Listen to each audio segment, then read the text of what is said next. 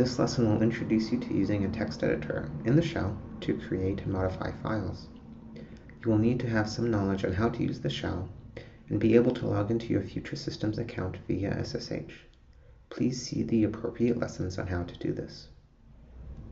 Programming and scripting requires the use of a text editor, which is different than a word processor, such as Microsoft Word. Common editors used on Linux include Nano, VI or Vim, or Emacs. There are many others, but most examples will use Nano, and interested students can investigate VI or Emacs as they wish. The principal difference between a text editor like Nano and a word processor like MS Word is how text is saved to disk. A text editor saves its contents as plain text, while a word processor supports formatting, such as bold or italicized space, and different fonts. A text editor is appropriate for writing Python code, shell scripts, or restructured text documents, but a word processor should not be used.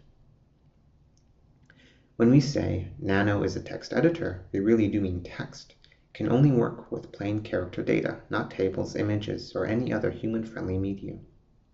We use it in examples because almost anyone can drive it anywhere without any training. But please use something more powerful for real work. On Unix systems such as Linux and Mac OS X, many programmers use Emacs or Vim, both of which are completely unintuitive even by Unix standards, or a graphical editor such as gedit. On Windows, you may wish to use Notepad++.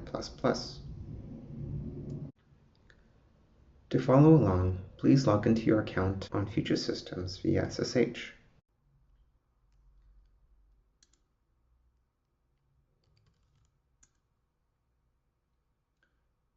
Let's start by creating a directory in which to work. Remember the makedir command.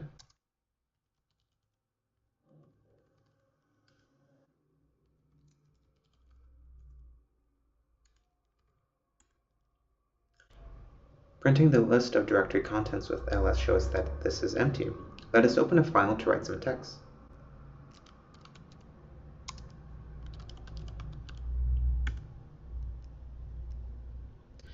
Notice how this changes the window a bit. We used to be in the shell, which is an interactive program.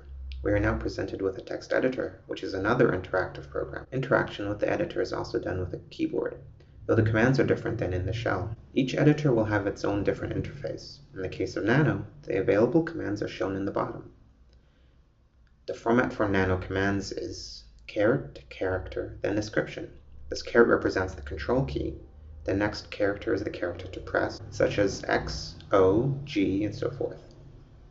And the description indicates the function of the command. Some important commands are Control X to exit, optionally saving the file, Control O to save the file, and Control G to get some help. Let's see what Control G does. This brings up a bit of a manual page. We can move around, say Control N for next line, Control P for previous line,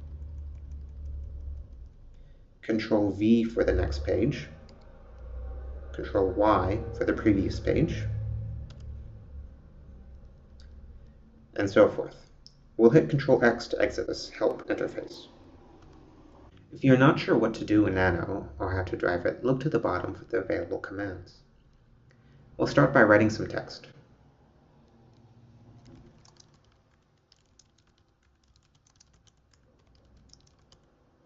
At this point, we wish to save the file and exit. Press Ctrl O to write, and then Ctrl X to exit.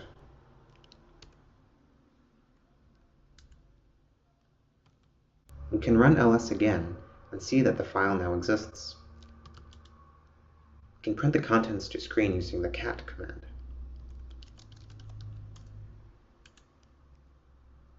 And those are the basics for how to use the Nano text editor.